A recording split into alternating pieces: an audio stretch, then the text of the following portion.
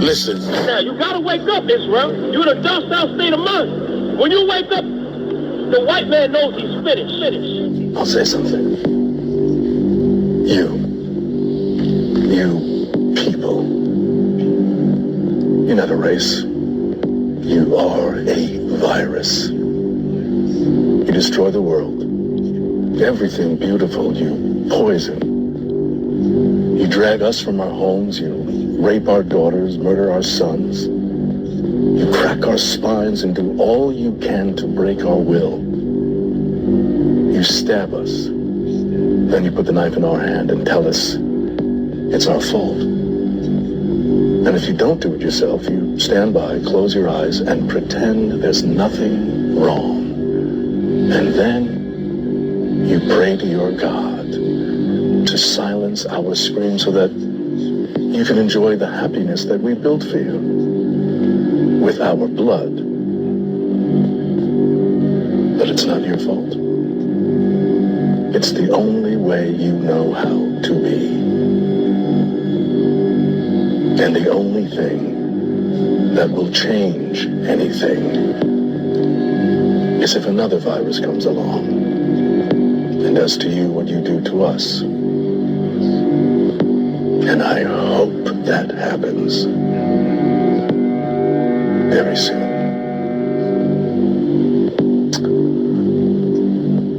Wow. This evening obviously hasn't gone as I'd hoped.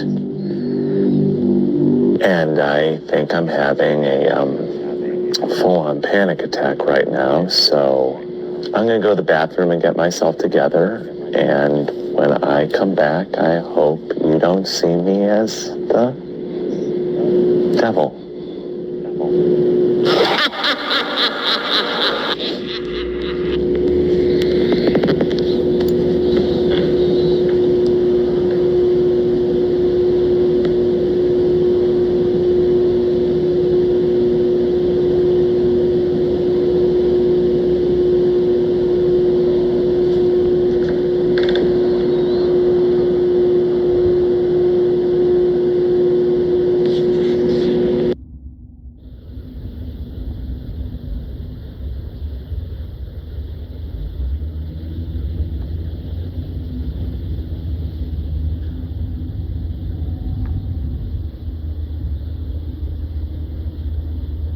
If black kids are angry, it's because we poison their brains. Literally. Oh, you think black people are more violent? So weird how that happened right after we poisoned all their neighborhoods with lead.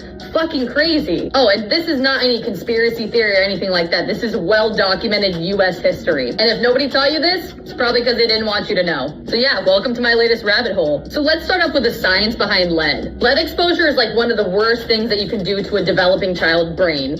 It causes permanent damage to the part of the brain that deals with judgment and impulse control. It reduces IQ, and it increases aggression and risk-taking. This is proven. It causes learning disabilities, attention issues, and behavioral disorders. And it raises the chance of arrest, school expulsion, and unemployment later in life. And for most of the 20th century, poor black communities were deliberately soaked with this shit. Their homes, their pipes, their air, their soil, you name it, fucking lead. So wait a minute, if lead was so dangerous, why are we using it? And you guessed it, money. Tale as old as time, baby. Lead in the paint made it dry faster, it stuck better to surfaces, it resisted moisture and peeling, and it just looked like shinier and more vibrant, you know? And this was great for landlords and government-assisted housing, you know, the places that are trying to cut costs and shit. Perfect for them. Oh, but we also put it in gasoline too, but we made a new name for it though, so it sounds a little bit better. They called it tetraethyl lead, which this ended up making cars run better, you didn't have the knocking from engines, and it allowed manufacturers like GM to make their high-performance cars. So win-win, you know what I'm saying? But yeah, even though all the factory workers in the GM plants and the DuPont plants and stuff like that started hallucinating and seeing bugs, like they literally called it the House of Butterflies,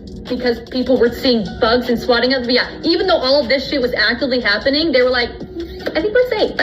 Honestly, I think we're good. But they also put lead in all the pipes and stuff. So all your water's coming to your house, whatever, it's going through lead because lead was cheaper, it was easier to bend, you know, just, it's better, you know? But like, here's the thing, if we knew lead was bad, like we wouldn't have known this and still pushed it, right? Try again. Ready for this little timeline? In 1904, Australian doctors warned that lead paint killed children. France and Australia said, oh God, terrifying, ban it. The US said, it'll be all right. In 1992, the League of Nations recommended a global ban on lead paint. They said, this shit's bad. Nobody should be using this. And the US said, I'd rather not. Oh, and you can thank Sherwin-Williams for that, and the Lead Industries Association, which was lobbying Congress. So round of applause, Sherwin-Williams, thank you so much. Oh, but then we got in 1924 when the workers at Standard Oil's New Jersey refinery died in mass. But they were hysterical. That was workers' hysteria. That was not lead, baby. So we're fine. Oh, and then in 1943, they had U.S. studies that showed low-level exposure lowered your IQ. But still, we were like, let's just bury those. Nobody needs to see those, okay? And then in 1971, the CDC created a safe threshold, but they put it really fucking high. They're like, this is safe, I guess we'll be fine. Stop complaining. You have your freedom. Shut up, Oh, but of course, with this law, there was no enforcement in Black communities because why would we do that? What? And then in 1978, the U.S. finally banned residential paint. But that was only for new construction. And there was no requirement of cleaning up the old lead paint. So, the projects, the government housing, all those places where you pushed all those poor people into. Yeah, we're not going back there. But the new homes, the rich people, we good. We Gucci, baby. And here's where it gets really fucking crazy because it had me thinking, how many major cities were affected by this? Let's go through the list. We have Baltimore, Maryland. By the 1990s, 94% of poisoned children were, you guessed it, Black. Ooh, yep. Peeling paint in aging row homes, water pipes, industrial waste sites saturated entire neighborhoods. Freddie Gray, yep, that one, the one that killed by the police in 2015. Yep, he was one of the poison guys. When they did the autopsy, they showed cognitive damage, ADHD, and lead-related developmental delays. Crazy. Go figure, right? Baltimore's murder rate peaked at 353 in 1993, one of the highest in U.S. history. And today, estimated 75,000 to 100,000 people are still affected. St. Louis, Missouri. Over 80% of Black children tested in the 1990s had elevated blood lead levels. Public housing in North St. Louis was never remediated, ever. Oh, and as recently as 2016, the city testing still found unsafe levels in kids' blood. So they estimate around 65,000 to 85,000 people are still being affected today in 2025. And most of these people live in neighborhoods with zero accountability. They're like, whatever, you got this, you're fine. And then we got Cleveland, Ohio. In 2004, more than 85% of homes still had lead paint. In fucking 2004, the city didn't enforce lead safety laws until 2019. Are you fucking kidding me? In 2018, Cleveland had the highest rate of lead exposure in Ohio, in the entire fucking state. Oh, and today, they're estimating around 70,000, 90,000 people are still affected, especially in East Cleveland and Glenville. God, this is fucking wild. Then we got Chicago. Chicago had the most lead service lines in the country, over 400,000. In the 1980s and 2000s, public housing projects like Cabrini Green were full of peeling lead paint and lead-tainted soil. Oh, and even now, South and West Side schools still show lower testing scores and higher suspension rates that correlate with historic lead maps. The math is mathin'. Just do the fucking equation. And they estimate that today, around 200,000 to 250,000 people are still affected. Then we got Philadelphia. In 2000, 40% of children in some zip codes still tested positive for lead. Oh, but the enforcement laws exist there. They're just, not funded or followed or anything like that. Red tape, whatever. And in 2020, so 5 years ago, over 80% of rental units are still fucking failing the lead safety checks. And of course, they're in low-income neighborhoods. Go figure. So they estimate that around 90,000 to 120,000 people in the Philadelphia area are still being affected today. Then we got New York City.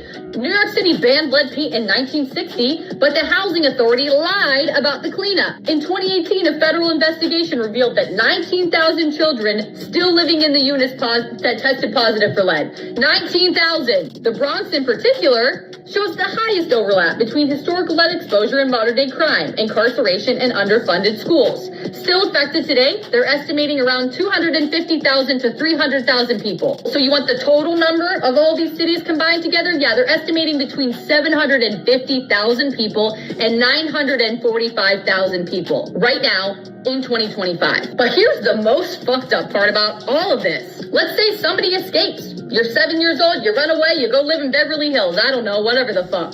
It doesn't leave you. You can literally pass lead poisoning on to your children through epigenetics. Lead does not mutate your DNA, but it changes how your genes express themselves. This ends up changing, I don't know, stress response, brain development, immune systems. So that means if someone was poisoned as a kid, they could still pass this shit down to their kid. Their kid could end up with lead in their bones. It could, during pregnancy, the lead is released back into the bloodstream and passed directly to the fetus. Your child can be born with higher risks of anxiety, attention problems, learning disabilities, executive dysfunction. So even if you're in a nice neighborhood and you were lead poisoned as a kid, you're still fucked. So what happens when you poison millions of children and just send them off into the world and criminalize their behavior afterwards? You get over-policed communities, mass incarceration, general poverty, schools that fail, and entire families marked as failure before they even had a fucking chance. This is not culture or bad parenting. This is not a moral failing. This is fucking chemical warfare. And this shit has been hidden in plain sight, engineered by corporations, approved by the government, and then buried under the headlines like black on black crime. So next time somebody says, well, black communities are just more violent, show them the fucking paint chips. Because I'll tell you right now, the studies showed that effects come about 20 years after the lead poisoning, which means the last people that have been poisoned, well, there's still shit going on right now, but we're still dealing with these effects. This shit's not going to go away until we fix the root cause. So next time somebody says, systemic racism isn't real, I don't even know what that means, show them this fucking video. Because this shit, like I said, is fucking chemical warfare and absolutely unacceptable. And what you're looking at isn't a crime, baby. It's a fucking crime scene. And the criminals, still rich, still free, still in office. We need to fix that.